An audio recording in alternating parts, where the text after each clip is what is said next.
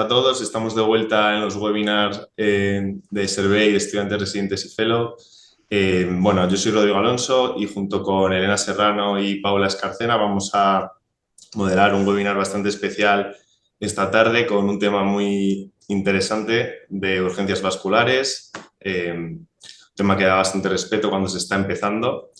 Así que promete ser bastante interesante. Estar atentos, mandar vuestras preguntas al chat y las responderemos al final.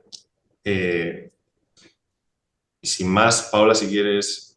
Sí, pues el primero va a ser el doctor Antoni Boscà, del Hospital General Universitario de Castellón, que nos va a hablar de cómo sobrevivir a las guardias de vascular. Así, cuando quieras. Vale, genial. Pues nada, muchísimas gracias por la invitación. Y nada, pues el tema que se me propuso fue cómo sobrevivir a una guardia de intervencionismo.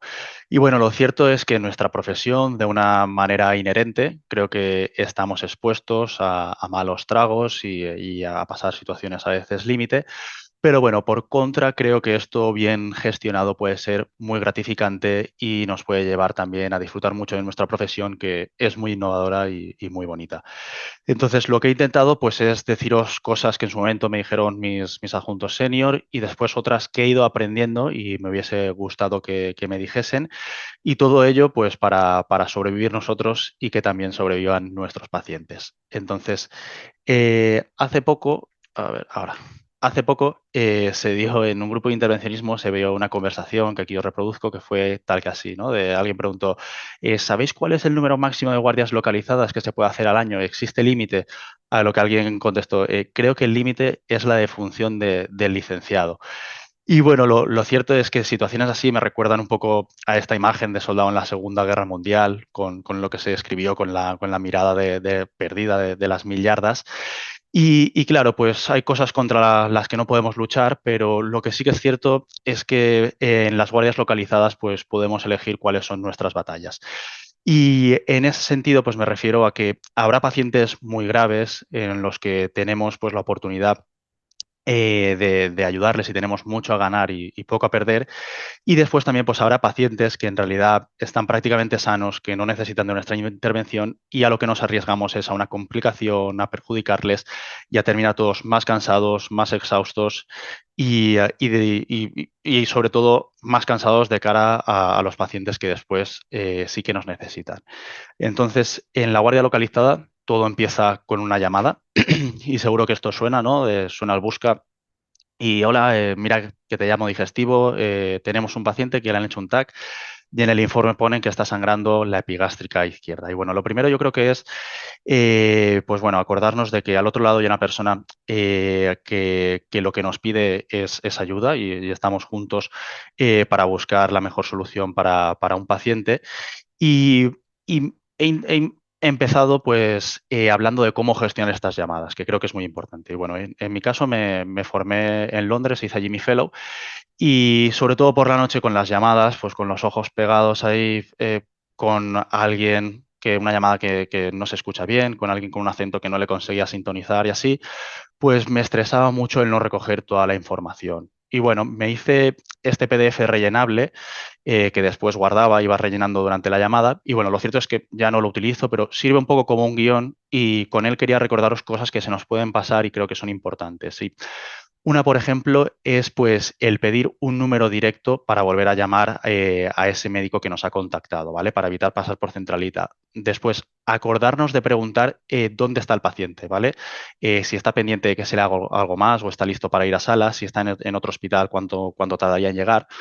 Y después, incluso también, por ejemplo, si el paciente es capaz de dar consentimiento, porque si no lo ves, pues tendremos que buscar a un familiar o será el médico peticionario el que se haga cargo de firmar ese consentimiento. Y bueno, con toda esta información, ¿vale? También, pues creo que para lo que puede servir es un poco como de filtro, ¿no? Pues para ver que la persona que nos llama realmente conoce al paciente conoce al paciente y se lo ha preparado todo, ¿no? Y después, pues teniendo en cuenta que estamos delocalizada, creo que la gran mayoría de las veces, y es lo que intento hacer, les vamos a poder contestar de, mira, voy a revisarme muy bien las imágenes y enseguida que pueda os llamo. Y bueno, en un congreso de Servei, en una mesa redonda, escuché a la doctora Elena Longedo decir que, bueno, que los intervencionistas llegamos hasta donde la imagen nos lleva. Y creo que es muy importante que seamos nosotros los que veamos esas imágenes y, bueno, decidamos qué podemos hacer por el paciente y cómo. Así que, bueno, en este caso, aquí están nuestras imágenes. Es un paciente de 86 años, ingresado por una descompensación de su cirrosis. Y, bueno, pues tiene su ascitis, parece que no es un hemoperitoneo. Y nada, nos dicen que le intentaron poner un catéter en planta y que a los días empezó con dolor, se anemizó y ahora 2 días después le han hecho este angiotac y en las 3 fases pues bueno, vemos esa lesión vascular que no cambia en la fase arterial y venosa. En definitiva, un pseudoneurisma de la epigástrica izquierda con extravasación activa. Vemos también circulación colateral. En definitiva, pues bueno, es un paciente para nosotros. Nos toca a nosotros. Y bien, pues con ello un poco el esquema mental, ¿no? Para nuestra llamada de vuelta estaría tal que así. Y lo cierto es que una vez aceptado el caso, creo que sería importante pues, pedirles que hagan una petición, ¿vale? Que dejen reflejado cuál es su impresión de la situación clínica y qué es lo que nos solicitan, ¿vale? Al final la responsabilidad es compartida. Y después ahí nos toca valorar pues, si necesitará soporte de UCI y manejo posterior en UCI y en ese sentido puedes decidir el paciente dónde va a ir después, ¿vale? Porque lo que no queremos es empezar un procedimiento, terminarlo, quedarnos de madrugada con el paciente pues allí atascados en sala y sobre todo os puedo asegurar que esto es algo que no le hace nada de gracia a nuestra enfermería. Entonces, tenemos nuestra imagen, os he hecho una reconstrucción multiplanar y nada, pues bueno, antes de cada intervención, pues creo que se dan unos diferentes pasos que tenemos que abordar y esto en definitiva, pues a lo que nos lleva es a elaborar un plan, ¿de acuerdo? Y porque si algo aprendí en mi fellow era que fallar en planificar suponía planificar en qué se va a fallar, ¿de acuerdo? Entonces, pues bueno, tenemos que pensar dónde pincharemos, qué acceso, cómo navegaremos hasta ese vaso, desde dónde haremos las series diagnósticas, cómo conseguiremos tener bastante soporte para después llegar con el micro, hacer un tratamiento, etcétera. Y creo que este plan es importante transmitirlo a nuestros enfermeros, porque pues es complicado, ¿no? Que llegar y que esté todo preparado, incluso con qué catéter y demás. Y bueno, pues en este caso yo a los enfermeros lo que les dije es de, hey, preparamos una micropunción, un introductor 5F corto, catéter 5F, micron prograde, dejamos los coils de 0,18 listos y ponemos squid a batir. Entonces tenemos ya nuestro plan y aquí pues aprovecho para recordar que nosotros tratamos pacientes, no tratamos imágenes. Esta misma imagen en un contexto clínico completamente diferente pues puede tener un manejo que no es el mismo. Y después también detrás de esta imagen pues hay un paciente y creo que el siguiente paso es una cosa para hacer más llevaderas las guardias creo que es tener la convicción de que estamos haciendo lo correcto, pero después también tenemos que saber explicárselo al paciente que entienda los riesgos y si él no es capaz, porque pues imaginemos que no está consciente, pues hablar con los familiares y a veces pues estos detalles que pueden parecer insignificantes, pues a lo mejor son los que dan más sentido a lo que hacemos, ¿vale? Para unos familiares, por ejemplo, es vital que les digamos que después vamos a hablar con ellos, dónde pueden esperar, por dónde va a salir el paciente, porque a lo mejor todo el rato que dura la intervención van a estar pensando que a lo mejor es la última vez que ven a su familiar y que no se han podido despedir de él. Entonces, una vez dicho esto, pasamos a los materiales, ¿vale? Y como en cualquier instrucción, pues bueno, creo que es importante de rutina pues familiarizarnos con los datos que nos vienen en las etiquetas y lo dejo en que hay unas características más importantes que generalmente suelen venir también referidas sobre un esquema. Y bueno, al final creo que es importante familiarizarse con toda esta información y así cuando tenemos las urgencias, pues todo se da de una manera más fluida. En este caso, pues tenemos un lazo y nos pone, por ejemplo, que viene con un catéter portador cuyo diámetro externo, ¿vale? Es de 6F y el interno nos lo marca aquí con las flechitas, son 0,63 pulgadas, por ejemplo. Pues bueno, volviendo a nuestro caso, hacemos el acceso, yo os diría que siempre guiado con ecografía, en este caso una micropunción porque tenía pues esa circulación colateral que le bajaba hasta la ingle y no me gustaba. y hacemos nuestra serie diagnóstica. Entonces, sobre la micropunción, os diría que es súper útil pues, en pacientes con arterias calcificadas, doble antiagregados, en pacientes en los que vamos a hacer una punción femoral anterógrada. Y como consejo, os diría que si no pasa a la primera, ¿vale? Se puede desmontar el catéter y podemos probar a pasar primero la parte interna como dilatador y después volverlo a montar y generalmente casi siempre pasa sin quincarse. Sobre las agujas, un apunte y es que los gauge lo que marcan es el diámetro interno de la aguja y esto viene codificado con colores. Y recordaros que, por ejemplo, para pacientes con obesidad mórbida, las chivas rosa de 18G pues, nos pueden ser muy útil para conseguir llegar hasta esas arterias y sacarnos de un apuro. Sobre las guías, voy a pasar las diapos rápido para que queden grabadas, pero solo os quería hablar de la guía Syncro. De que creo que esta microguía pues navega súper bien, tiene muy buen torque y además lo bueno es que nos permite darle forma a la punta con facilidad.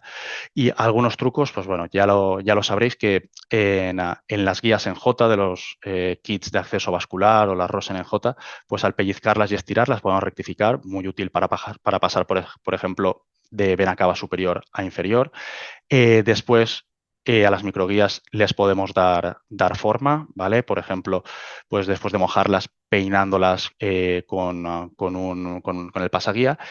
Y después, si queremos darle forma a lo que es el extremo más distal a la punta, creo que es un truco útil pasarlas por el pasaguía, asomarla un poco y darle unos golpecitos. Y bueno, con estos trucos y otros podemos darle forma, pues por ejemplo, como esta, una forma así como de Sosomni o Simmons que utilizan los cardiólogos para las coronarias.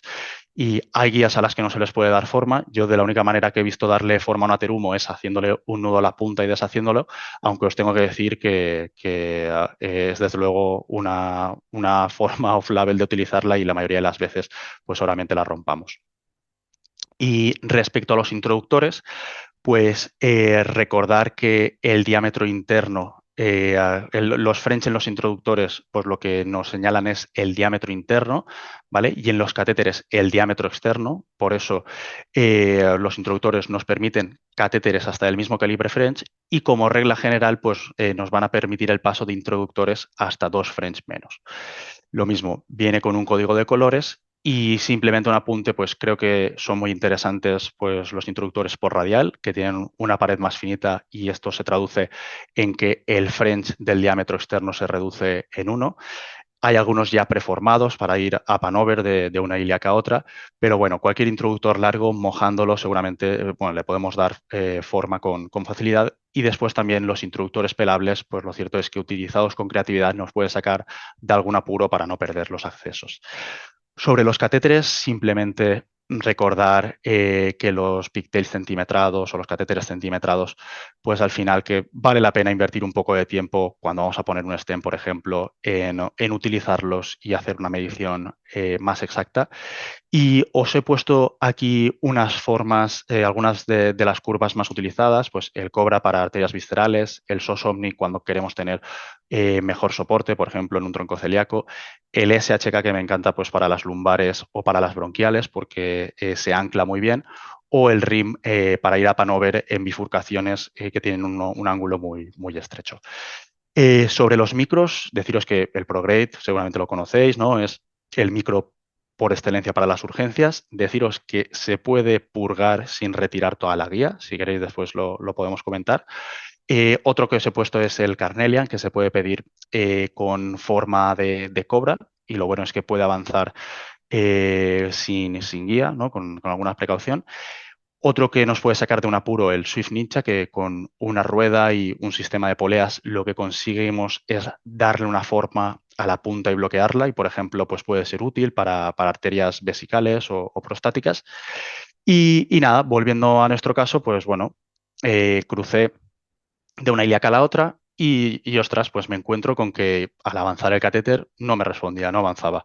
Intento girarlo y tampoco me giraba. Digo, vale, voy a retirar la guía y pruebo a ver. Y ostras, la paso y me quedo aquí con esta imagen que veis, donde claramente, pues bueno, es un catéter que tiene una parte hidrofílica y justo en la conexión entre las dos partes, pues se me rompió. Teníamos una urgencia, ahora pues tenemos dos. Entonces aquí pues es aquello que decía Mike Tyson, ¿no? De todo el mundo tiene un plan hasta que recibe el primer guantazo. Así que bueno, toca buscar alternativas. Así que, como veis, quedó el catéter justo en la ilíaca contralateral. Y nada, y aquí la pregunta pues es que teníamos un introductor 5F, pues decidimos pasar un lazo. ¿Y podemos pasar un lazo? Pues bueno, recordad que el ejemplo que os había puesto de ese lazo va por un portador 6F. Nada, pues simplemente nos tocó recambiar a un introductor 6F corto y ya con nuestro introductor 6F, pues sí que ya introducimos el lazo y ahí como veis, primero pues sí que noté que tocaba el catéter y después, con suerte, pues rápidamente se quedó ahí enganchado y conseguimos cerrar el lazo sobre el catéter y traérnoslo como si fuese un espagueti. Y os puedo asegurar que en sala, vamos, yo sensación más satisfactoria solo he tenido pinchando una vía biliar a la primera y viendo pasar la guía, pero no sabéis el alivio que fue ver todo el catéter fuera.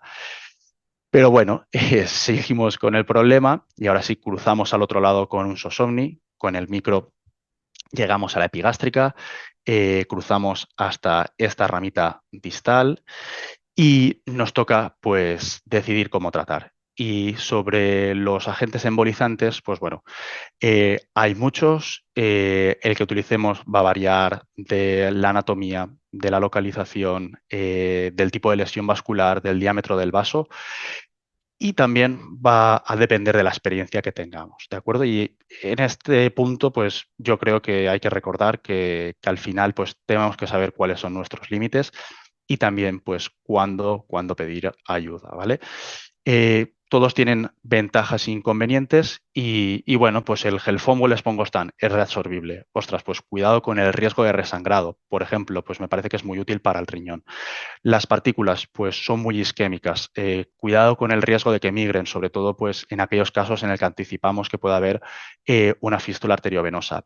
Los plugs, pues van muy bien para vasos grandes como la arteria esplénica o las colaterales portales. Los coils, pues muy fáciles de utilizar, controlamos muy bien dónde los dejamos, pero muy importante, dependen de la coagulación del paciente. Y fue uno de los motivos por los que en este caso decidí utilizar pues, un embolizante líquido. Sobre los líquidos, pues los cianocrilatos, lo mismo, son baratos, son muy rápidos, pero ¿qué pasa? Cuesta tiempo, cuesta mucho aprender a utilizarlos con seguridad. En ese sentido, pues el Onyx y el Squid, aunque son más caros, pues sí que es cierto que nos perdonan un poco más esa inexperiencia, pero hay que recordar que hay que ponerlos a batir por lo menos 20 minutos antes. Entonces, bueno, en nuestro caso pusimos los coils, puse el Squid y en las series de control, pues se ve cómo queda la lesión completamente excluida y la ilíaca y la femoral permeables. Entonces, os dejo con unas reflexiones finales y es que, bueno, creo que tenemos que tener el convencimiento de estar haciendo lo correcto, pero también de que el paciente y los familiares lo entiendan. Llegamos hasta donde la imagen nos lleva, pero tratamos pacientes, no imágenes. Fallar en planificar supone planificar en que se va a fallar, pero al final nos van a caer guantazos. Y eso sí, hay que conocer nuestros límites y saber cuándo pedir ayuda, no podemos ir a lo loco. Y en ese sentido, pues para sobrevivir a las guardias de intervencionismo, yo lo que intento aplicarme es cuidarse primero para poder cuidar de los demás. Y en ese sentido, pues termino haciéndoos unas recomendaciones de este libro que me parece fantástico, en donde un cirujano pues explica al final de su carrera, pues a través de casos, vivencias que ha tenido y a mí me sirvió pues para dar explicación pues, a dilemas, al final morales con los que nos encontramos todos los días. Y también este podcast de Backtable, en donde Sara Lojo entrevista a Ana Alguersuari, que creo que es fantástico y en este podcast, pues Ana explica con mucha claridad pues, el proceso por el que pasó, de desmotivación, apatía, que la llevó a pasarse a descansar un tiempo de su trabajo como intervencionista, y después os dejo el artículo que también escribieron sobre el burnout. Entonces, nada, simplemente termino diciéndoos que este es nuestro equipo en Castellón. Hace poco pues, hemos acreditado la unidad para la formación dentro del programa de Selvey y pronto, si todo va bien, tendremos nuestro primer fellow. Y nada, para cualquier cosa tenéis mi correo aquí y nada, muchísimas gracias por vuestra atención. Eso es todo. Muchas gracias, Antoni. Me ha gustado muchísimo la charla, muy práctica y con muchas connotaciones. Ha estado fenomenal. El siguiente ponente casi no necesita presentación, el doctor Íñigo Insausti, jefe de sección de intervencionismo del Hospital Universitario de Navarra, con una amplia experiencia en embolización y en docencia sobre ella. Íñigo, cuando quieras, puedes empezar. Hola, buenas tardes. Oye, gracias. Nada, buenas tardes a todos. A mí me ha gustado también mucho tu charla, Antonio, me ha Gracias. gustado mucho. Nada, bueno, yo voy a salir un poco con el politrauma en radiología intervencionista. No voy a intentar no extenderme mucho en el tiempo, lo voy a medir aquí, que si no, luego me voy. Yo básicamente lo que voy a explicar un poco es qué podemos aportar los radiólogos intervencionistas en el politrauma. Como sabéis, el politrauma es la primera causa de muerte en los pacientes menores de 35 años y de las tres primeras causas de muerte en pacientes menores de 45. Como veis en estas imágenes, los accidentes, sobre todo de coche y principalmente de moto, son la primera causa de estos politraumas, aunque cada vez más están aumentando pues, las agresiones, también los politraumas debidos al deporte y también a caídas, sobre todo en pacientes ancianos. Lo que se habla cada vez más es de que, evidentemente, los radiólogos intervencionistas, por el hecho de que cada vez es más frecuente el uso conservador de los politraumas, lo que se llama non-operative management, que básicamente es pues eso, el manejo no quirúrgico de estas lesiones que se producen por el politrauma, y por tanto, en ese manejo, los radiólogos intervencionistas tenemos un papel vital. Porque que no se haga cirugía no quiere decir que no se hagan cosas. Y en este caso no implica manejo conservador, que es no hacer nada, sino que nosotros somos parte de ese manejo no quirúrgico. Por eso hay diferentes guías, como este estudio que os muestro aquí, en el que además no solo dicen que el radiólogo intervencionista evidentemente tiene que estar 24/7 de guardia, sino que además habría que activarlo cuanto antes incluso de hacer el CT, para que el tratamiento endovascular sea más efectivo y más rápido. Entonces, pues voy a hablar del trauma pélvico, que al final es el trauma por excelencia, el más frecuente, y después los traumas en órganos sólidos, que el más frecuente, como sabéis, es el bazo, luego sería el hígado y luego sería el riñón. No voy a hablar de otros traumas como puede ser aorta, porque yo creo que se nos iría un poco de tiempo. En cuanto a trauma pélvico, el 84% de estos traumas pélvicos está producido por accidentes de tráfico, con una mortalidad, como veis, muy alta si las fracturas eran abiertas y menor cuando el trauma es cerrado. Como sabéis también, estamos hablando sobre todo, nuestro manejo puede ser, nosotros podemos actuar cuando el trauma es cerrado. En traumatismos abiertos, evidentemente, el manejo es más quirúrgico. Tener en cuenta que el sangrado arterial es la causa más frecuente de la mortalidad y hay diferentes factores que van a hacer que aumente la mortalidad en el trauma pélvico. En paciente estable, que yo creo que un poco es lo que necesitamos saber, en paciente estable la clave está en hacer un angiotac. Está muy de moda esto del FAST, de la ECOFAST y tal. Yo creo, sobre todo en paciente estable, el FAST es el angiotac, donde, como veis ahí, es FAST, Appropriate, Sensitive, Specific en trauma. ¿Qué es lo que nos va a decir principalmente el angiotac? Si tenemos sangrado arterial o tenemos un sangrado venoso o óseo. Si el sangrado es venoso óseo, la indicación en este caso no sería realizar embolización, sino hacer una fijación externa. Y en caso de sangrado arterial, que es lo que tiene que diferenciarnos el angiotac, entonces iríamos hacia una embolización. ¿Qué nos va a permitir además el angiotac? Pues la localización del sangrado, tener un mapa vascular, ¿no? Y nos va a permitir también planificar la embolización. La clave para mí y la dificultad en el trauma pélvico es cuando tenemos un paciente inestable. ¿Por qué? Porque las guías, sobre todo quirúrgicas, hablan de que lo que habría que hacer de inicio es la cirugía con un packing preperitoneal. Yo he preguntado en mi hospital a los cirujanos si hacen esto. Yo creo que no se ha hecho en los últimos 10 años y seguramente en la mayoría de los hospitales de España no hay excesiva experiencia. Hemos preguntado también en la UCI, por ejemplo, del 12 de octubre si tienen experiencia y se hacen alguno al año. Eh, Además, como veis en las diferentes publicaciones, se habla que hasta el 50% de los pacientes que van a un packing preperitoneal acaban teniendo que necesitar la embolización porque no es capaz el packing de, digamos, parar la hemorragia. Por eso yo creo que cada vez más hay que intentar estabilizar al paciente y poder hacer el angiotac y luego realizar la embolización. Cuando el paciente sigue inestable, otra de las cosas, otra de las armas que tenemos ahora es el tema del REBOA, que no sé si habéis oído hablar, pero es un balón que es como un balón, digamos, que entra por un 4F, por eso es lo del nombre de REBOA, pero realmente se puede usar cualquier balón, digamos, de remodeling aórtico, que lo pondríamos en este caso es en la bifurcación aórtica. Esto nos permite remontar al paciente a nivel de tensiones y poder embolizarlo. Eh, Tenemos tres zonas de colocación del REBOA. La zona 1, esto dependería evidentemente de la zona de lesión que sospechemos, ¿no? En la zona 1 sería en aorta torácica descendente, la zona 2 en la zona de aorta abdominal visceral y la zona 3 a nivel de la bifurcación, que es de lo que estaríamos hablando ahora.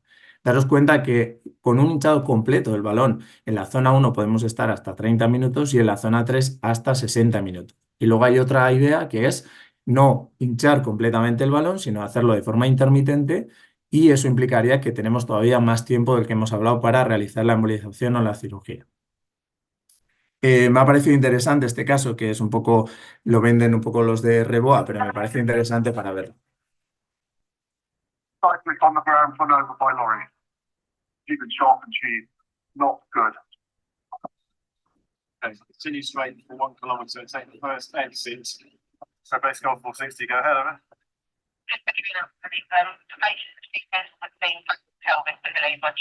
We are 30 seconds away, over.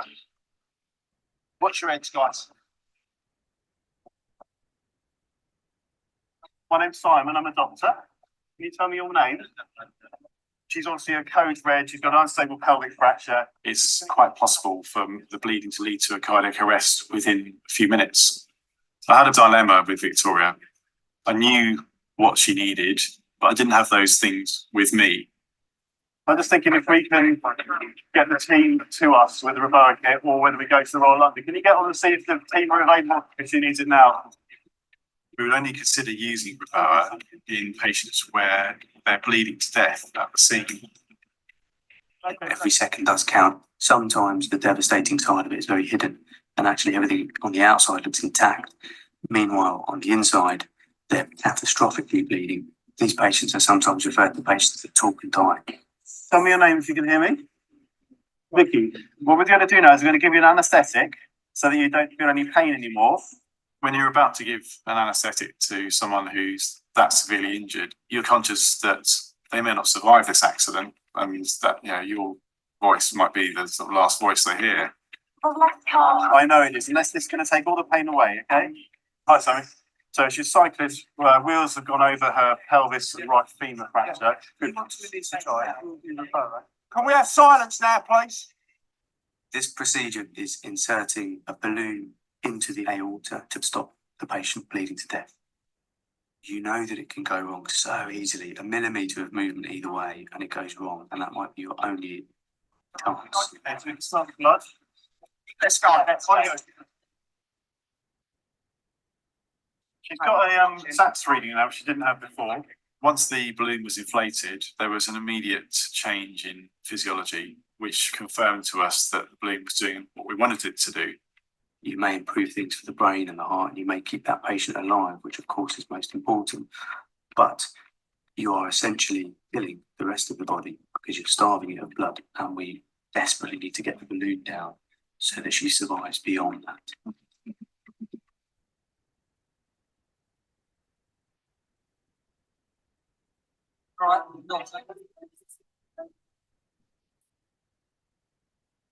When a lorry, a tipper truck, drives over your pelvis, it's going to break everything. The balloon's been up an hour with good effect, but we need to get it down. It's one thing to survive being run over by a lorry. It's another to have a normal life afterwards. Our goal as surgeons, our goal as trauma doctors is not just to save life, but also fix people, to restore life and to get them back to their normal life that they had before they were injured.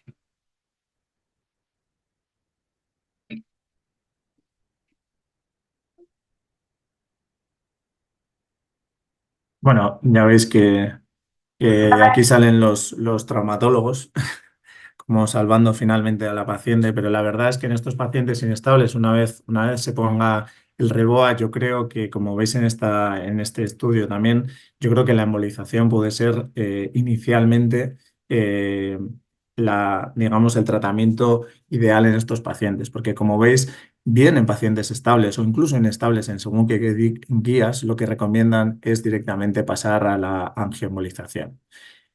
Como veis, el tiempo es vida, por eso hay muchos centros en donde ya se usan salas híbridas, como veis en esta imagen, para disminuir, digamos, la mortalidad, sobre todo en trauma severo.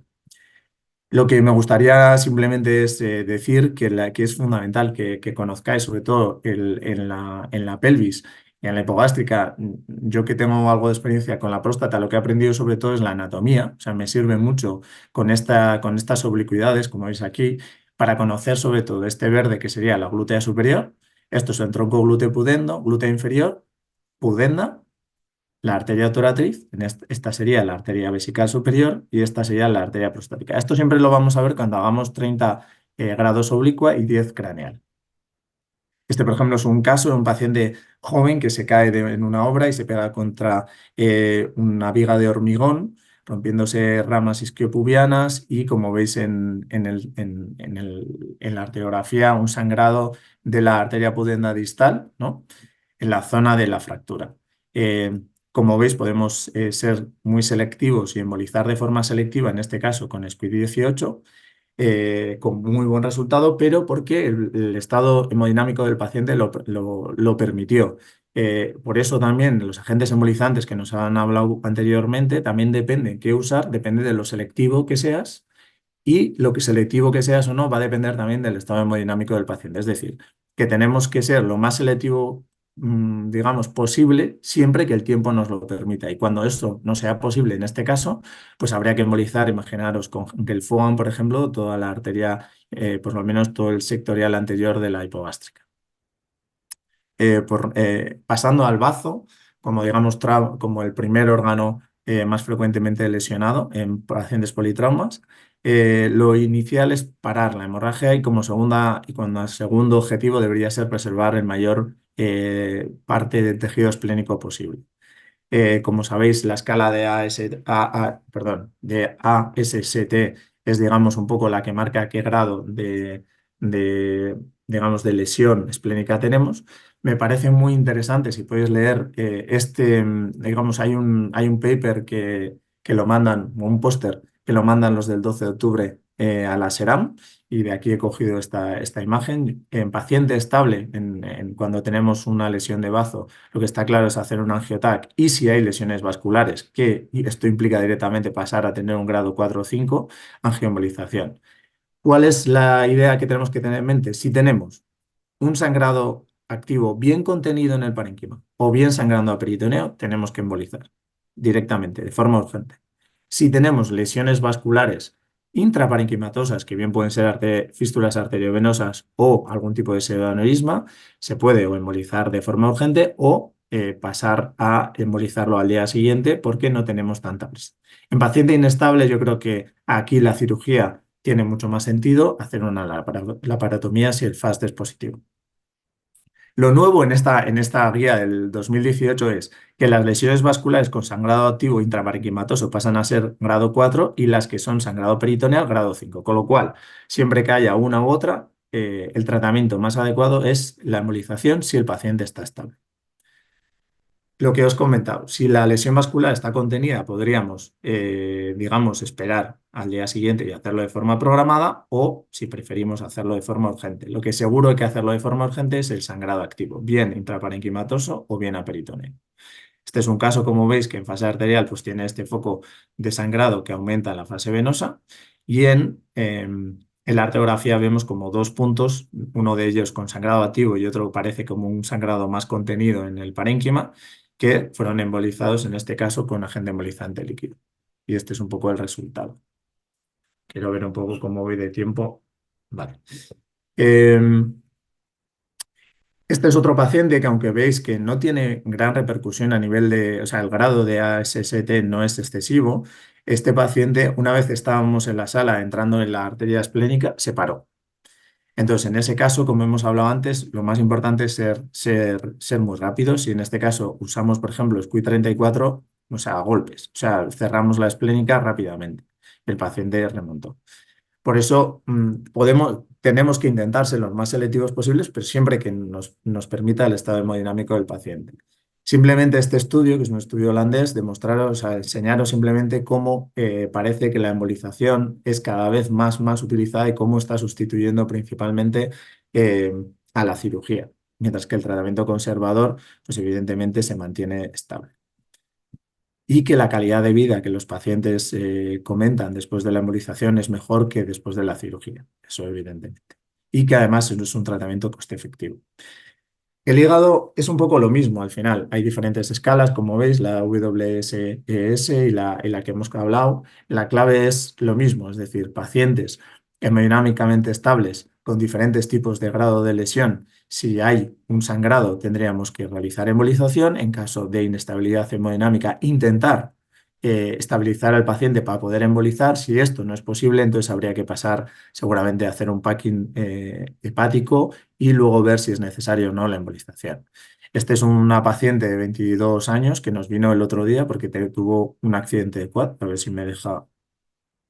Y veis cómo tiene lesiones. Esto es, en esta paciente no se hizo de inicio nada y como veis en el TAC, la fase arterial tiene varias lesiones. Entonces, lesiones que evidentemente no eran un sangrado activo, por eso lo dejamos para el día siguiente.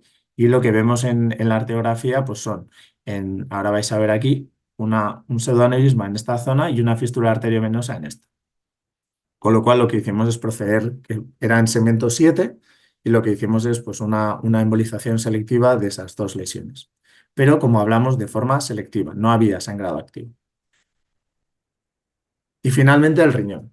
En el riñón es un poco lo mismo. Yo creo que mi idea hoy es sobre todo que entendáis que cuando hay sangrado activo hay que embolizar y cuando no, no. Independientemente un poco del grado de las guías que están aquí. Porque aquí, por ejemplo, en grado 3 sí que habla de que sea, por ejemplo, active bleeding, ¿no? Que esté contenido en la fascia de Gerota, y sin embargo el 4 ya sería que hubiese sangrado a peritoneo. Este, por ejemplo, es un paciente también joven que recibimos de otro hospital porque jugando al fútbol tuvo un rodillazo en la zona del riñón derecho. Y como veis, como siempre pasa, pues se decidió un manejo conservador, muy bien. Pero a las 12 de la noche, hora bruja o la noche, episodio de dolor, junto a inquietud, palidez mucocutánea, sudoración, asociación de hipotensión, taquicardia, bueno, lo de siempre. Bajada de hemoglobina hematocrito y nos llaman. Donde, bueno, hacen el angiotac, perdón, traumatismo renal con 2 focos de sangrado activo, al menos uno de ellos arterial. Bien, entonces lo que se le hace, lo que vemos en el angiotac es que el paciente tiene, además de un hemoperitoneo, bueno, y retroperitoneo importante, tiene como diferentes focos de sangrado activo, como podéis ver aquí, y también en el venoso. Y bueno, en el venoso lo único que vemos realmente, lo que solemos ver es un aumento de la extravasación de contraste que veíamos ya en el arterial, como podéis ver en este caso, ¿no? Entonces lo que se decidió es realizar una embolización. La arteriografía inicial que vais a ver, y ya termino con esto, es un poco difícil de interpretar, pero aquí veis que hay una arteria amputada. Esto también tenéis que tener en cuenta que a veces no es que os vais a encontrar un sangrado activo, a veces veis vemos una arteria amputada. Si entrásemos en ella y metiésemos contraste, tendríamos el sangrado activo. Entonces lo que hacemos es embolizar de forma selectiva esa rama. Y esta es la arteriografía de control, si quiere. Bueno. Y yo creo que como ya me he extendido, simplemente estos son diferentes resultados que hemos presentado en el ET este año, pero deciros que es la traumática de nuestro hospital es la segunda causa de sangrado después de la de anticoagulación y que generalmente la verdad es que el éxito técnico es bueno, 98%, éxito clínico 91% y que normalmente la tasa de resangrado que pone ahí normalmente está debida más a sangrados de otros focos que no hemos embolizado que a apertura de un foco que hayamos abierto, o sea, que hayamos embolizado previamente. Y para acabar, nada, invitaros, que ya sabéis que el próximo año la Survey es en Pamplona y me gustaría desde aquí invitaros a todos porque yo creo que el comité científico ha hecho un muy buen trabajo, yo creo que tendremos un muy buen congreso el próximo año, así que estáis todos invitados a esta bonita ciudad. Gracias. Bueno, felicidades, Íñigo. Muchas gracias por compartir con nosotros todos estos datos y todos estos tips sobre el paciente traumático. Hoy tenemos un tema muy interesante y muy útil para la guardia. Os animamos a que hagáis las preguntas por el chat y al final de las 3 presentaciones las iremos respondiendo. Pasamos a la última charla. La doctora Jimena González, radióloga intervencionista del Hospital Universitario de La Paz en Madrid, hablará sobre las urgencias hemorrágicas. Cuando quieras, Jimena, gracias. Bueno, pues nada, vamos a ver si conseguimos estar a la altura de las 2 presentaciones anteriores que han estado muy, muy bien. Gracias al comité joven de Survey por la invitación. Y me pusieron una tarea un poco difícil, que era resumir varios temas en 15 minutos de hemorragias y al final me he decantado por no seguir mucho las instrucciones de Elena, Paula y Rodrigo. Entonces, nos vamos a centrar en las hemorragias digestivas, pero he querido darle un poquito de vuelta de tuerca porque hace no mucho, hace unos meses, tuvimos en los desayunos con catéteres pues una charla preciosa y muy, muy completa del doctor Pepe Urbano y sobre todo lo que pensé fue pues no voy a decir nada nuevo que él no haya dicho y todos tenemos acceso a través del repositorio a esa charla.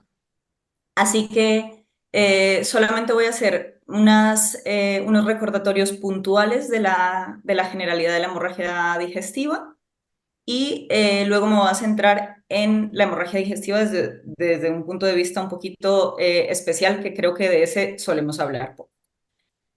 Esto solamente para recordar generalidades. La mayor parte de las hemorragias digestivas se resuelven con tratamiento médico y la particularidad que tienen es que son hemorragias intermitentes. Las clasificamos de acuerdo a la localización anatómica de la hemorragia, en alta, media y baja. La más frecuente es la hemorragia digestiva alta, que se produce en más del 90% de los casos, pero que curiosamente la causa más frecuente es la hemorragia ulcerosa, pero que curiosamente este tipo de hemorragia ulcerosa está en descenso gracias a la generalización del tratamiento del Helicobacter pylori y al consumo de inhibidores de bomba de protones.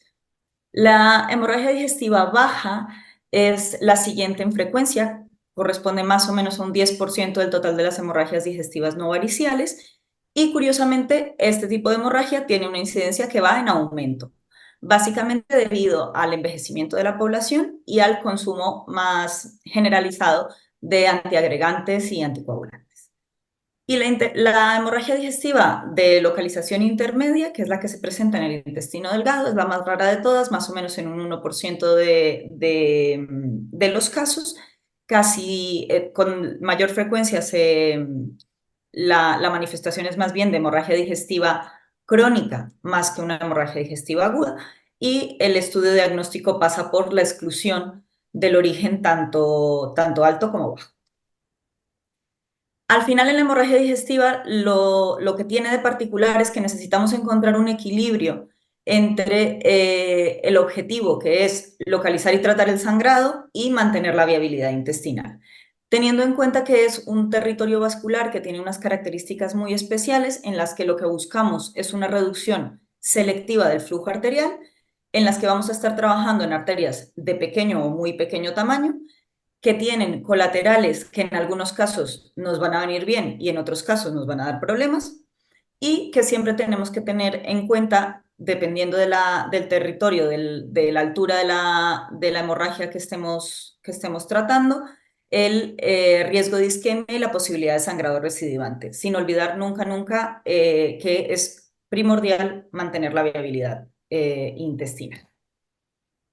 Entonces, en la hemorragia digestiva, tiene, digamos, la particularidad de que tenemos una relación temporal entre el momento del sangrado y la realización de técnica de imagen con la que se realiza el diagnóstico o el tratamiento endovascular. ¿Por qué? Porque al ser sangrados intermitentes, si no realizamos los procedimientos o las técnicas de imagen, bien sea diagnósticas, bien sea terapéuticas, en el momento de sangrado activo, no lo vamos a encontrar, ¿vale? Y esa naturaleza intermitente es debida a la localización como tal de la hemorragia y a su severidad.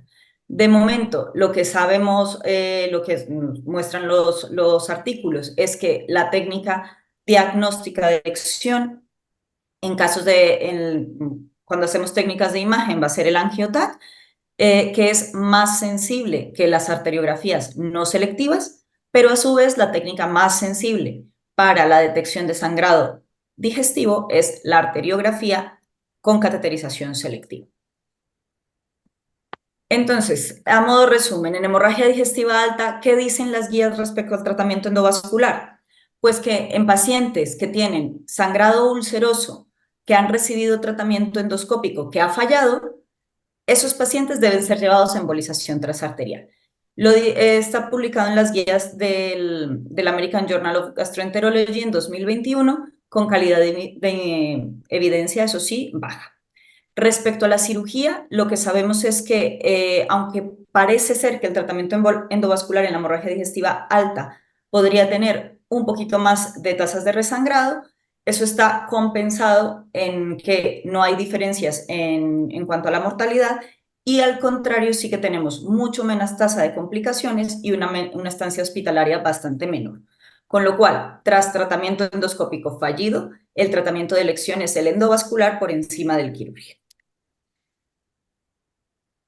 Entonces, primera técnica de diagnóstico y localización en la hemorragia digestiva alta,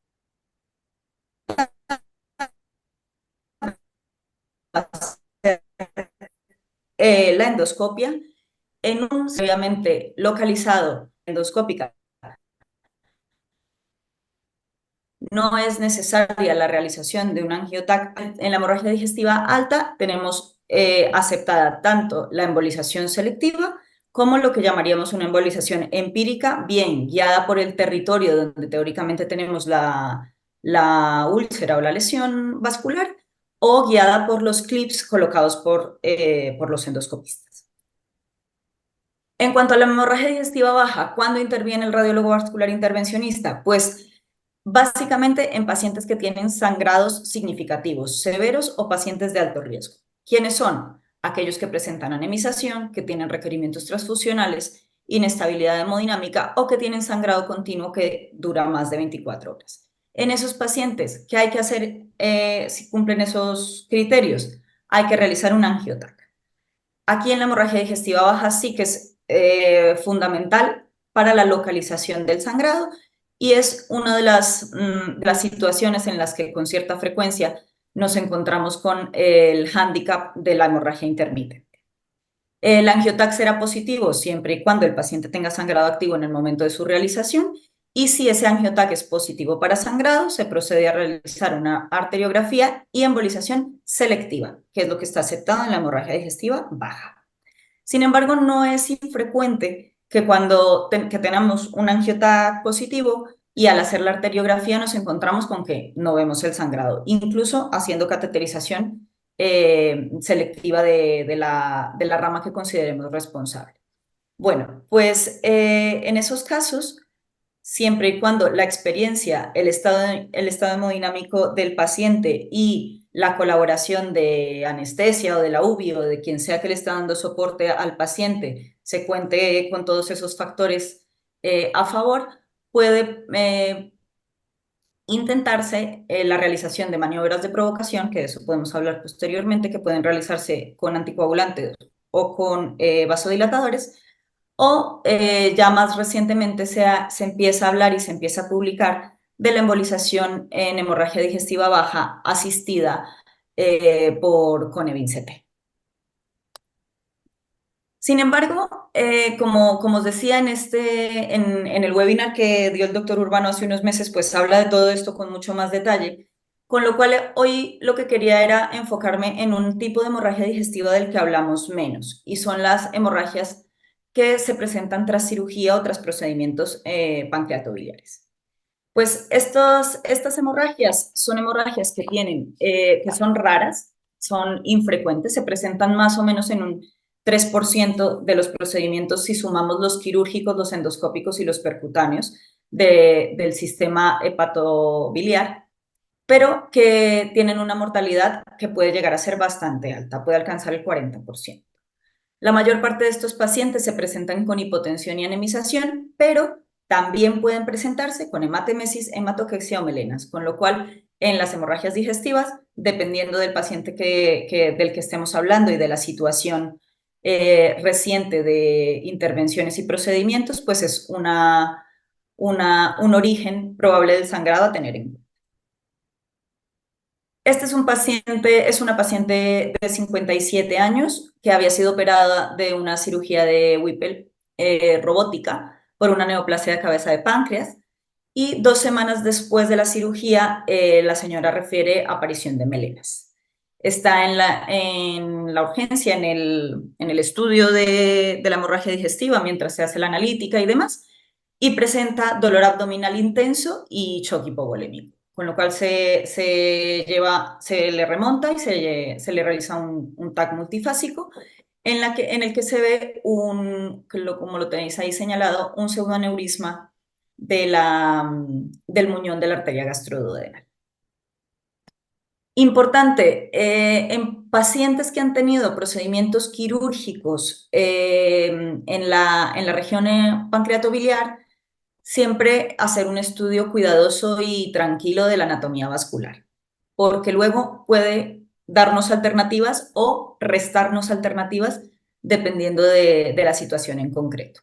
Esta paciente tenía una arteria hepática izquierda accesoria, la arteria del segmento 2 surgía de la arteria gástrica izquierda, y luego un origen habitual de la arteria hepática derecha y de la arteria del segmento 3 y el segmento 4. La llevamos a la arteriografía. Aquí veis la cateterización de la arteria gástrica izquierda y la visualización de la arteria del segmento 2. Y por otro lado, la cateterización del tronco celíaco, en el que lo que identificamos fue a la altura del muñón de la gastroduodenal una imagen en JET que llenaba un pseudoaneurisma, que aquí lo podéis ver un poquito en más detalle. Durante el procedimiento, mientras estamos en la arteriografía, el pseudoaneurisma se rompe y empieza a verse extravasado. La paciente tiene importante compromiso hemodinámico y está con perfusión de vasopresores. Entonces, viendo el caso, se cateterizó la arteria hepática común, y en un principio, pues la primera alternativa que tomamos en cuenta fue la posibilidad de una prótesis cubierta para mantener el flujo sanguíneo hepático. Sin embargo, hicimos una proyección oblicua para asegurarnos diámetros y demás, porque la señora estaba muy tendiente al vasoespasmo, y lo que vimos fue que la bifurcación de la arteria, de lo que correspondía a la arteria hepática izquierda y derecha en este caso, estaba inmediatamente justo en la salida de donde estaba el jet de sangrado y el muñón de la gastroduodenal. Con lo cual, a pesar de que parecía un plan ideal de inicio, la colocación de un stent cubierto, al final pues decidimos modificar el planteamiento dada esa característica anatómica de la arteria. Se hizo una cateterización supraselectiva de esa pequeña imagen que daba el jet y el pseudoaneurisma, y se embolizó con cianoacrilato, pues con esta imagen que veis aquí, y esta fue la imagen final posembolización. Al terminar la embolización, lo primero que nos llama la atención es que la arteria tiene un aspecto, la arteria hepática, tanto común como propia, tiene un aspecto bastante feo, muy irregular, muchos espasmos. La arteria hepática, el teñido parenquimatoso es muy feo, con muchos defectos de represión. La señora estaba bastante comprometida y bueno, termina el procedimiento esperando a ver si la embolización del pseudoaneurisma pues será exitosa y suficiente. A la señora se le lleva la UBI, la señora mejora de la parte hemodinámica, el shock se resuelve y días después se realiza un TAC de control entre otras cosas tenía fiebre, pero además pues de seguimiento. Y lo que observamos es pues el hallazgo, un hallazgo que no es infrecuente tras la embolización en esta localización, y es la presencia de infartos hepáticos. En este caso también la paciente tenía infartos esplénicos, los infartos hepáticos periféricos de pequeño tamaño y uno de ellos abscesificado.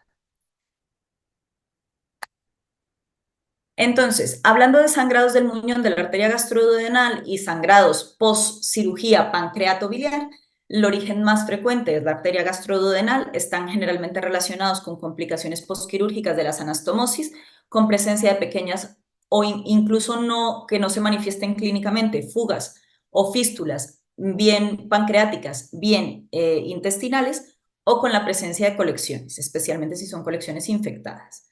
En cuanto al tratamiento quirúrgico versus el tratamiento endovascular, en pacientes post-cirugía de Whipple, el tratamiento preferido es el tratamiento endovascular porque no hay diferencias en cuanto al control del sangrado, pero por el contrario sí que hay una importante reducción de la mortalidad en favor del tratamiento endovascular. Esto muy probablemente debido a que una disección extensa como la que se realiza en duodenopancreatectomías cefálicas lleva a una friabilidad importante de los vasos, y si se suma que hay algún tipo de fuga pancreática o algún tipo de colección, toda esa disección reciente complica muchísimo la cirugía. Sin embargo, los pacientes a los que se les realiza una embolización bien de la arteria hepática, generalmente de la arteria hepática, pueden llegar a tener una isquemia que puede ser severa hasta en el 30% de los pacientes.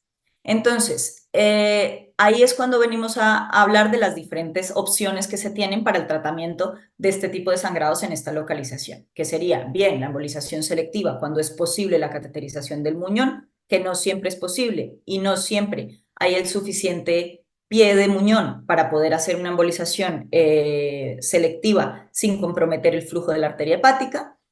La otra técnica es la embolización de la arteria hepática por delante y por detrás del muñón de la gastroduodenal, que sería la opción que presenta mayor riesgo de isquemia hepática, ya digo, severa hasta en el 30% de los casos. Y la otra opción sería la colocación de un stent cubierto. El mantenimiento del flujo de la arteria hepática pues hace pensar que el stent cubierto es la opción ideal en estos casos.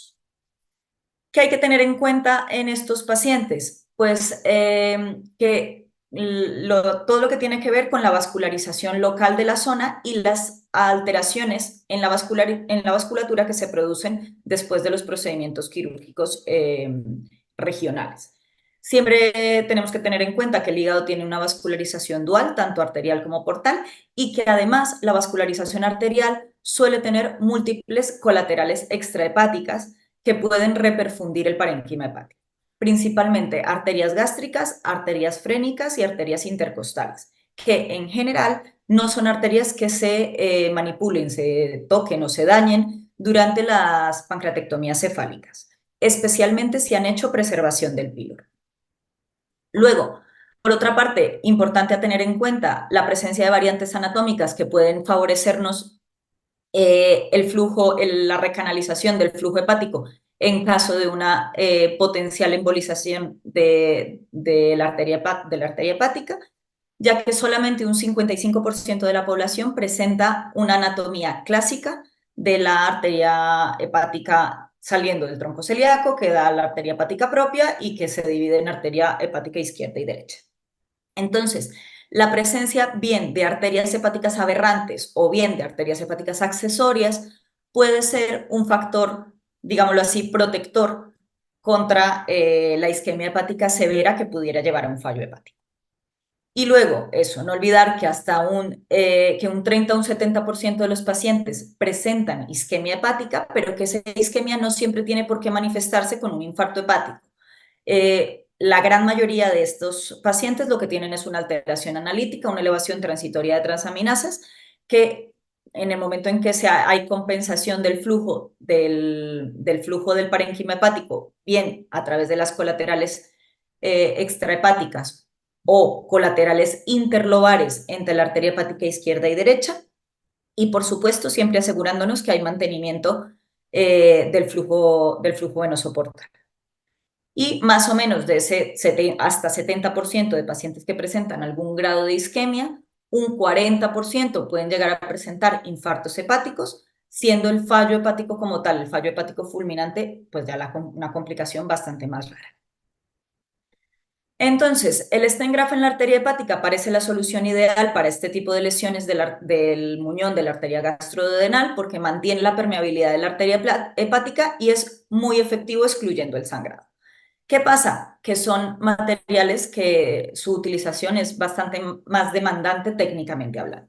Primero, porque necesitan un perfil de material, de introductor bastante más grande que los que usamos habitualmente. Obviamente depende del tipo de stent que vayamos a utilizar, pero en general estamos hablando de introductores de entre 6 y 9F que necesitas meter dentro del celíaco. Son materiales que son, la flexibilidad es relativa, con lo cual en anatomías muy tortuosas de la arteria hepática o del celíaco, pues puede ser desafiante.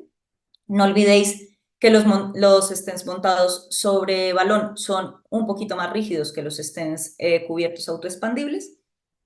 Y luego, el otro desafío técnico en la colocación de stents cubiertos en la arteria hepática es la elección del tamaño del stent. ¿Por qué? Porque son pacientes que en medio del choque hemodinámico y de la infusión de vasopresores suelen tener espasmos generalizados y la medición no suele ser exacta para la elección del stent graft, y esto sí que es fundamental. Bien para que no haya repermeabilización del sangrado, bien para que no haya migración y bien para disminuir la posibilidad de trombosis del stent, que puede pasar si nos pasamos en el sobredimensionamiento de la prótesis. En este caso, cuando tenéis pacientes con un vasoespasmo severo, la recomendación sería elegir el tamaño del stent graft en caso de que lo vayas a utilizar con el escáner realizado previo a la cirugía, que es el que tiene el tamaño de la arteria más real. Y este otro caso muy cortito es porque no solamente las complicaciones pasan durante las cirugías, también nos pueden pasar a nosotros e incluso cuando menos las esperamos. Este es el caso de un paciente varón joven con un cáncer de ORL, con una gastrostomía, una estenosis del tracto digestivo superior y que no era candidato a una CPR, que presentó una colangitis aguda que no estaba evolucionando especialmente bien con antibiótico y nos piden hacerle un drenaje biliar percutáneo. Tenía muy poquita dilatación de la vía biliar y hice un intento de drenaje de la vía biliar sin conseguirlo, pero es verdad que hice un par de pases en el hígado con la aguja chiva. Ni siquiera llegué a pasar la guía. Pero, bueno, suspendí el procedimiento porque no conseguía cateterizar la vía biliar y unos días después, siguiendo al paciente, él presenta melenas, no tiene anemización ni nada, pero después de las melenas empieza con dolor abdominal, con lo cual, además que en este caso no se podía hacer la endoscopia, pues se le hizo un TAC. Y en el TAC, este es el TAC previo al intento de drenaje biliar y este es el TAC que tiene el señor después del sangrado. Y nos encontramos pues con este pseudoaneurisma ahí enorme en el lóbulo hepático derecho, justo coincidiendo con la zona de entrada de la aguja chiva al radical biliar. Este paciente tenía muy alto riesgo anestésico, estaba agitado, muy poco colaborador, con lo cual evaluamos cuál era la estrategia que, aunque no era la más habitual, fuera la más rápida y efectiva. Lo miramos con la ecografía, el pseudoaneurisma se veía muy bien con la ecografía, se veía que era un sangrado arterial, se hizo una punción con una aguja tipo chiva y embolización con cianoacrilato directamente por pulsión percutánea del pseudoaneurisma, como podéis ver aquí. Se cerró completamente y el paciente fue bien. Recordaos que tras procedimientos percutáneos de la vía biliar, hasta un 2 a 3% de los pacientes pueden presentar complicaciones hemorrágicas. Las más frecuentes, efectivamente, son sangrados perihepáticos, intrahepáticos o a través del del catéter de drenaje que solemos dejar colocado, pero que también existe la posibilidad de que la manifestación de este tipo de complicación sea a través de hemorragia digestiva, generalmente con melenas. Los sangrados tras procedimientos percutáneos de la vía biliar pueden ser de origen arterial, venoso sistémico o portal, que aquellos en los que vamos a tener que hacer una intervención, digamos, un poco más reglada y por vía embolización, es en aquellos que se presente una lesión arterial.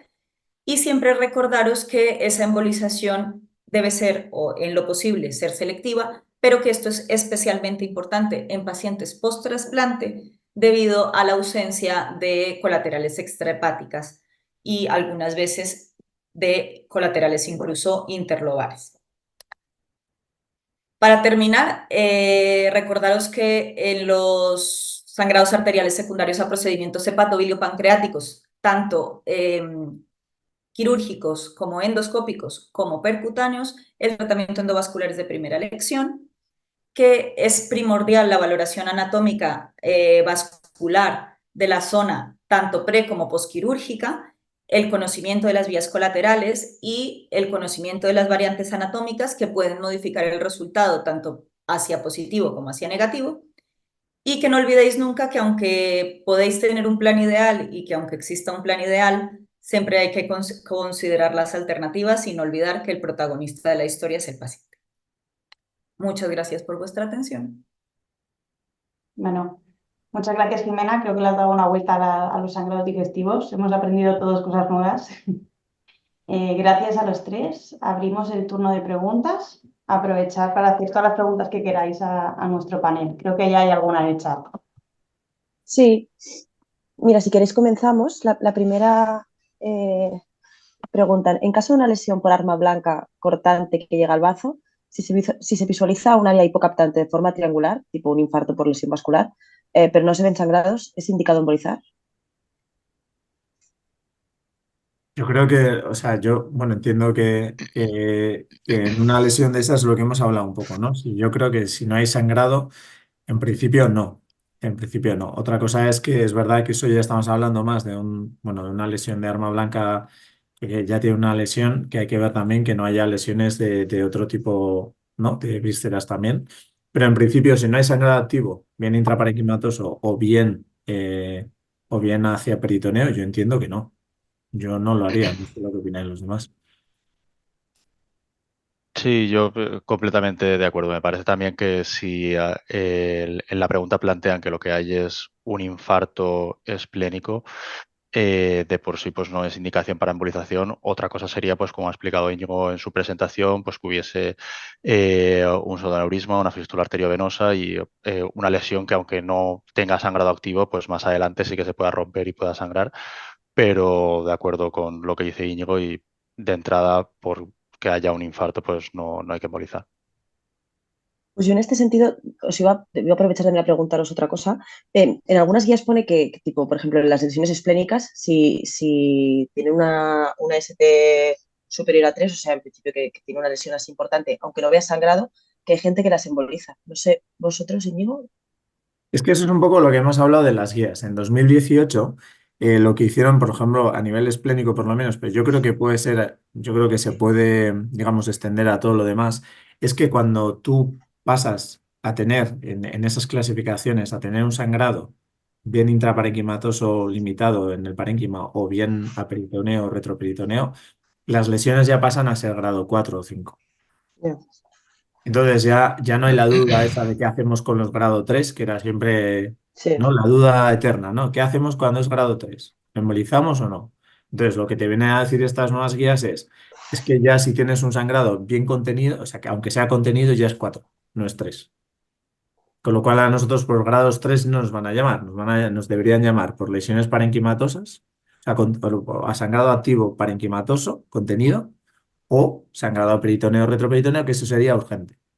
En caso de que veamos que hay pseudoaneurisma o fístulas arteriovenosas, que eso también es frecuente, también yo creo que es indicación de embolizar, pero se podrían realizar de forma programada. O sea, esa es la idea un poco que yo la asumiría para todos los órganos. vale. Y aprovechando que estamos con el bazo, por no cambiar un segundo, cuando hay lesiones múltiples en el bazo, ¿realizáis la embolización proximal de la arteria esplénica o en qué casos la consideráis? ¿La combináis a veces? Sí, yo creo que esa es muy buena pregunta, Rodrigo. A ver, yo lo que he mirado y todo lo que se habla es, hay gente, ya sabes, como todo, ¿no? Hay gente que habla que lo indicado sería la embolización proximal y otros la distal. Hay estudios también que dicen que la embolización proximal, cuando hay más de un sangrado, es mejor que la embolización distal porque la embolización distal, cuando hay múltiples sangrados, claro, empiezas a embolizar y te quedas sin bazo, ¿no? Entonces, hablan de que la embolización proximal en sangrados múltiples lo que consigues es tener menos, digamos, menos probabilidad de esplenectomía. Sí, lo mismo, yo estoy de acuerdo con Iñigo y creo que están un poco enlazadas las dos preguntas porque al final es un poco lo mismo, ¿no? En el ejemplo de la herida por arma blanca a lo mejor estamos simplificando un poco todo el cuadro clínico, pero pues bueno, sí que es cierto que en pacientes con traumatismos grado 3 pues al final cada vez se está optando más porque por no solo hacer un manejo un non-operative management, sino que sumarle una embolización proximal y a mí sí que me parece que es una muy buena opción. Sobre todo con lo que dice Íñigo para reducir pues después las tasas de esplenectomía y también el riesgo de resangrado.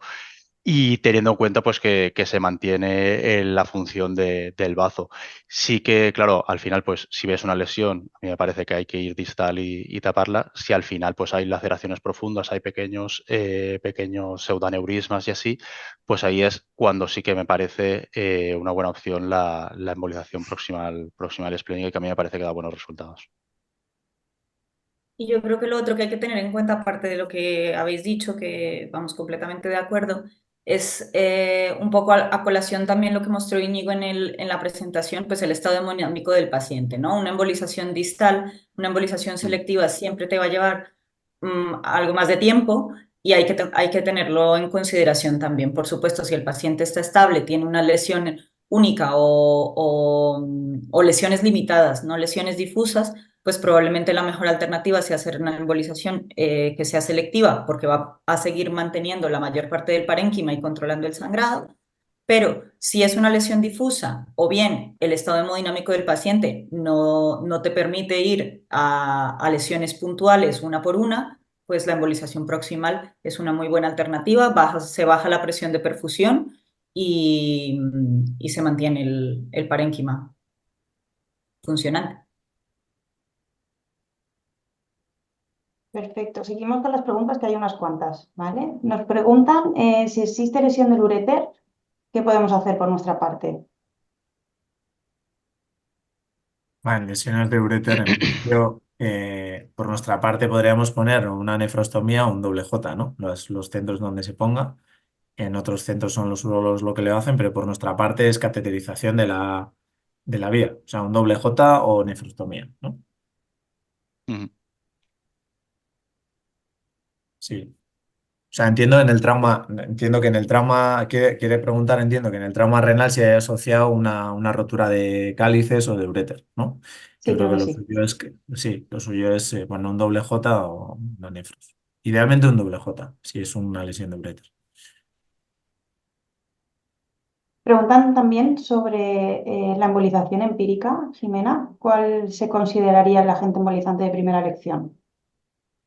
Bueno, en cuanto a agentes, eso depende de qué territorio estemos hablando y de embolización empírica en dónde, si en territorio alto o en territorio bajo. Al final, realmente, lo importante, como hablando en general, que donde está aceptada la embolización empírica es en la alta, porque la otra es más bien asistida.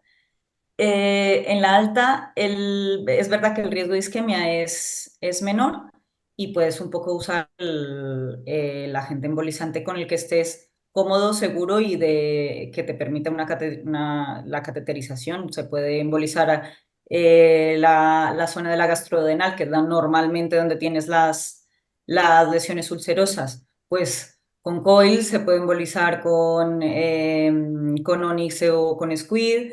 No es, vamos, que con el agente embolizante con el que te sientas cómodo y, por supuesto, con el que yo creo que tengas una experiencia para que no lleve al paciente a más problemas. Lo que no suele, el agente que no suele estar habitualmente o que no se usa con frecuencia, salvo artículos muy puntuales y muy particulares, son los agentes particulados. Al final tienes menor control de a dónde va, menor control de lo que refluye y mayor riesgo de isquemia.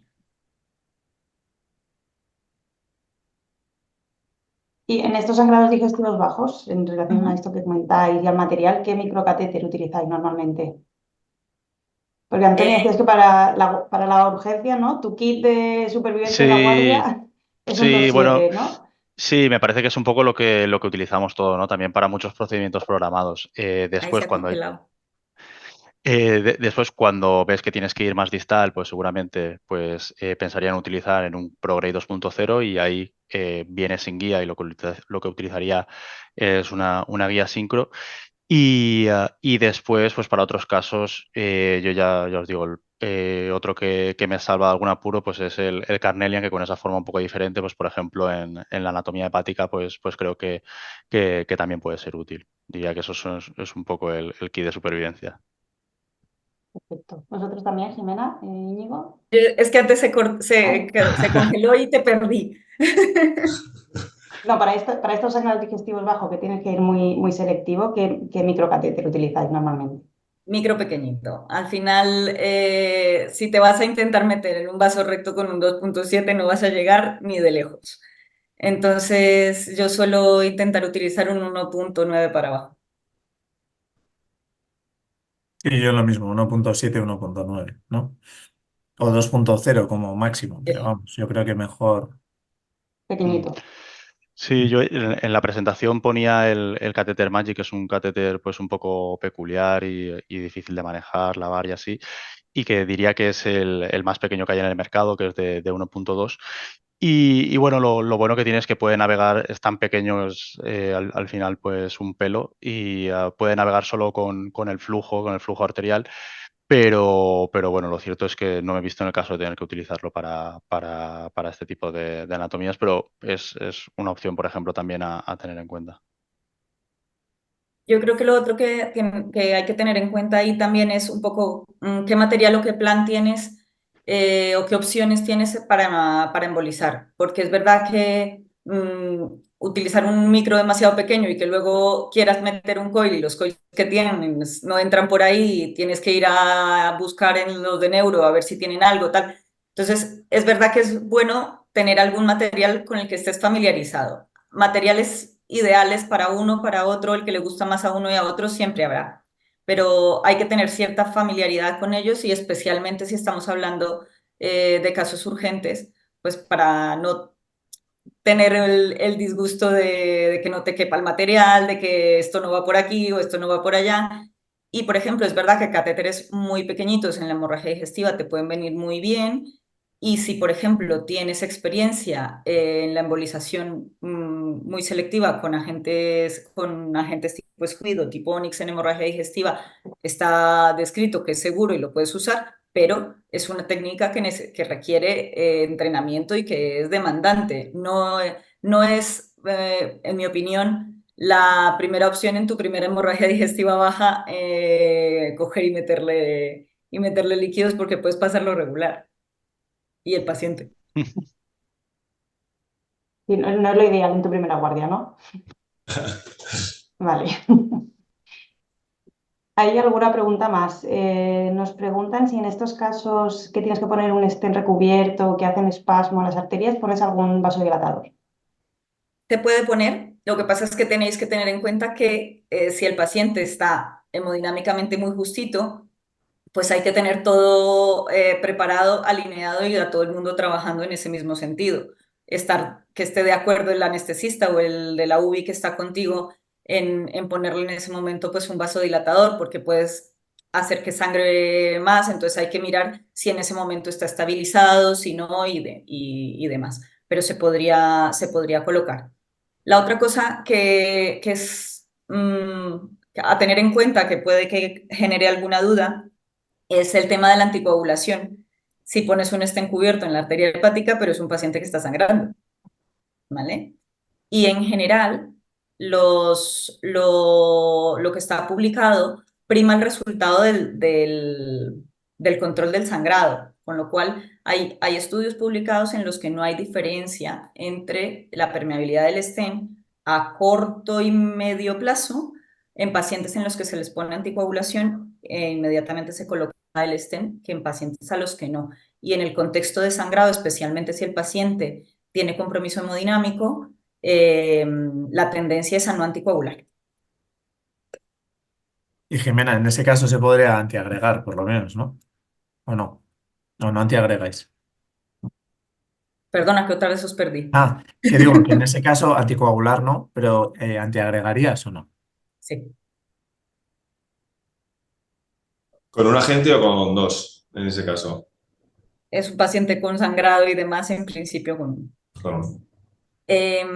Hay también que tener en cuenta que el compromiso principal de isquemia se presenta si el stent se tapa en agudo, porque si el stent se tapa en crónico, ha dado tiempo a que el paciente remonte hemodinámicamente, haga algo de colateralidad y demás. Y que no todos los infartos y no toda la isquemia hepática que se presente, sea analítica o sea con un infarto establecido, es secundaria a la embolización. En esos pacientes en los que tienen un compromiso hemodinámico tan severo, de hecho por eso también es frecuente que tengan infartos esplénicos y demás, el mismo vasoespasmo, la vasoconstricción, la defensa vascular ante el choque hipovolémico puede ser causa de cierto grado de isquemia hepática. Nos queda una pregunta más. ¿Qué opináis de la embolización empírica del intestino delgado cuando no consigues ver el sangrado de la arteria? Yo no tengo experiencia en embolización empírica en el intestino delgado que no se ve, la verdad. O sea, entre que no son frecuentes y en general, yo en el intestino delgado, cuando se ha presentado el caso embolizado, sí he visto el sangrado. Si no, no. Pero también tengo que reconocer que la verdad es que no es que recuerde mucho ahora mismo. No sé vosotros qué experiencia Nosotros tenéis. tuvimos uno el otro día y nos pasó, o sea, angiotac positivo. eh, Vamos a la sala, le hacemos arteriografía y no vemos el sangrado. Vemos la arteria, incluso vemos la zona exactamente, le hacemos combin y vemos la zona donde sangraba en el escáner, pero en la sala no sangra. Y ahí siempre nos entra la duda si embolizar o no. En ese caso, por ejemplo, no embolizamos porque bueno, yo prefiero, la verdad es que solo embolizar aquello que veo. Eh, pero es verdad que es el problema que tenemos con los sangrados intermitentes, ¿no? Y que este paciente igual está dando, pues cada cierto tiempo hace sangrados, pues, que no vimos ni una angiodisplasia ni nada que pudiéramos, que nos pudiera, digamos, dar la opción a justificar una embolización sin ver sangrado o sin ver una lesión. Yo en ese sentido estoy con el resto, estoy igual. Y me parece que es importante, pues claro, el contexto en cómo se encuentra el paciente, cómo inestable está. Después, lo mismo si conseguimos identificar muy bien la anatomía y tener muy claro que estamos en la zona, pues quizás nos podemos arriesgar a poner un coil. Y ahí me parece que lo que habría que hacer es un test de provocación, pero estoy en las mismas que yo no he realizado. He visto los protocolos, me han pasado algún caso, pero me da respeto, la verdad, algo que no está sangrando provocarlo, y lo cierto es que no he realizado. De hecho, cuando se describe la embolización empírica asistida por CBCT en las hemorragias digestivas bajas, en los que está descrito es principalmente en el colon, tanto en la zona de colon derecho como en el colon izquierdo no sigmoide, que al final son las zonas más fijas del intestino. Entonces es verdad que en ese caso haces el CONEVIN-CT y teniendo el angio-TC previo con el sangrado positivo, casi que puedes hacer una reconstrucción de ambos y superponer uno con otro para intentar encontrar cuál es el vasito sangrante, intentar hacer esa cateterización selectiva, que en algunos casos cuando consigues ir muy supraselectivo sí que llegas a verlo, o por el contrario estás tan seguro, lo que decía Anthony, de que esta es la zona, este es el vaso responsable, que o bien lo embolizas, o bien, siendo uno solito, o bien le haces una maniobra de provocación si el paciente está estable y tienes avisado al anestesista. Pero las zonas como el intestino delgado o como el sigma redundante, que son zonas que se mueven muchísimo, es que entre el TAC pre y el CONEVIN-CT de la sala puede ya haber dificultades para superponer el mapa vascular de uno y otro. Entonces, todo eso hay que tenerlo en cuenta. Bueno, en el chat no tenemos más preguntas. No sé si tenéis algún comentario más, Paula, Rodrigo. Yo preguntas tengo muchísimas, pero estaríamos mucho rato aquí. Marco nos ha puesto, digo, por no dejarla así, como nos hemos quedado ahí, que el paciente que hemos hablado del Sí. apuñalamiento, que sí que tenía hemoperitoneo, pero sin sangrado activo. Y que ellos interpretaron ese infarto como lesión grado 4 y que finalmente lo embolizaron con Amplats proximal. O sea que, bueno, sí. Yo, en ese sentido, lo que comentábamos, si al final se interpreta como una lesión grado 4 en un paciente estable, pues sí, completamente de acuerdo con lo que hicieron, porque la embolización proximal pues, es una buena opción. Genial, pues si os parece cerramos. Sí. Muchas gracias, Antonio, Íñigo, Jimena, por vuestras sesiones, a todos vosotros por compartir esta tarde con nosotros. Volvemos el 30 de octubre con 3 charlas muy interesantes de fístulas para hemodiálisis y os esperamos. Gracias. Gracias. Gracias. Chao. Gracias.